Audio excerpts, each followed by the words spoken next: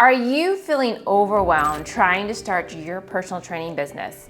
Imagine if you could sidestep the biggest pitfalls and fast-track your success.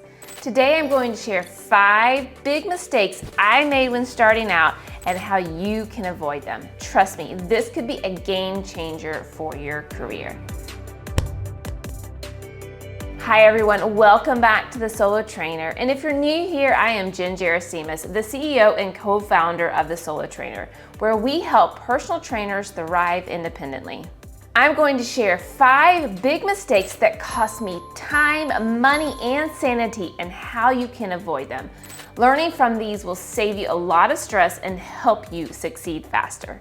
Before we get started, I encourage you to visit The Solo Trainer and download your free guide with 25 essential tips for launching your independent personal training business. This guide covers the common pitfalls and strategies to help you succeed right from the start. Check out the link in the description below. All right, first up, mistake number 1, not charging more for traveling. When I first started, I didn't factor in the time and cost of traveling to clients. I honestly didn't think about the fact that my traveling to clients was a convenience for them as well as a big sacrifice of my time, which impacted how many clients I could take, and therefore I should have been charging more. All of those miles I put on my car and the hours I spent in traffic really added up over time. So not only was I losing money by not charging for traveling, but is also devaluing my time. My fix for this ended up being COVID, when I quit traveling to clients and started working with those clients remotely. Now my schedule doesn't allow me to travel to clients anymore. The lesson to you is, if you're traveling, make sure you're compensated for it. It's a big convenience to your clients for you to travel to them, and that rate needs to be different than the rates you are charging clients who come to you or you work with virtually. This simple change can protect your profits and decrease your stress.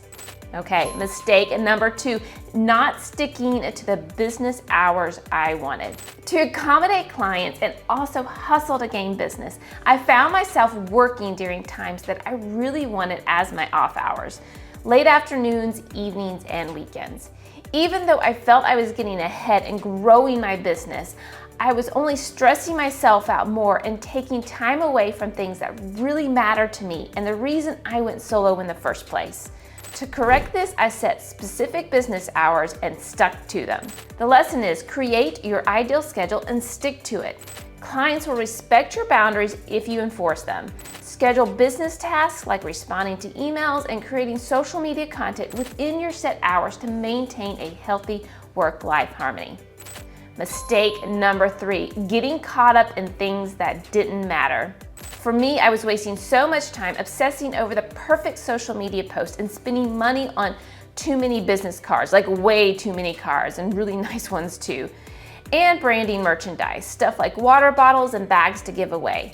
While those things have their place in marketing, they shouldn't be prioritized over actually networking to develop new solid client leads and delivering a great training experience. To correct this, I started investing wisely into things that added real value to my services and focused more on prioritizing networking to get new clients, the stuff that truly drives training business success. The lesson I learned is, put your energy first into actions that will directly grow your business and continue to generate revenue. Everything else is just nice to have or to do, and it can wait or be given less detail and money. Mistake number 4, compromising my offerings. I tried to be everything to everyone, which caused me stress, devalued my time, diluted my brand, impacted my financial goals, and overall made things just not sit right with me. Here are some ways that I compromise. Number 1, I took clients I knew weren't a good fit. The ones whose personalities and needs didn't fit my experience and offers. This led to dissatisfaction on both sides. Now I only take clients who align with my values and goals and gladly refer the others to colleagues with whom I feel would connect and be a better fit. Number 2, creating homework programs without being compensated. The clients would ask if I would create a plan for them on the days I don't see them. I would agree, but at no cost to them. My training rates don't include programming outside of the days I see them. And that was a lot of time that wasn't being compensated, especially if they included how-to videos. Now I say that I'll provide workouts for non-training days, but at the cost of a session or two. And number 3, lowering rates for some people. To increase my weekly sessions and grow my client list fast, I lowered my rates for some individuals. They were eager to work with me and seemed committed, but they couldn't afford my rates. As much as I hate to tell people no, lowering my rates undervalued my services and then filled my schedule in areas that could have been filled with full paying clients if I had just been more patient. The lesson is, in the end, stick to your niche. Don't discount your offerings and have the courage to turn down clients or opportunities that aren't a good fit. It's better to have a smaller, ideal client base than to spread yourself too thin. Mistake number 5, not raising my rates until I was 4 years in. Yes, 4 years. I undervalued my services for too long. As I gained more experience, certifications, and a strong reputation, I should have been steadily increasing my pricing to reflect my growing value. Not to mention considering the natural occurrence of inflation. I got stuck on those initial lower rates out of the fear of driving clients away. And when I raised my rates, several of my clients commented it was about time, and I didn't lose a single one.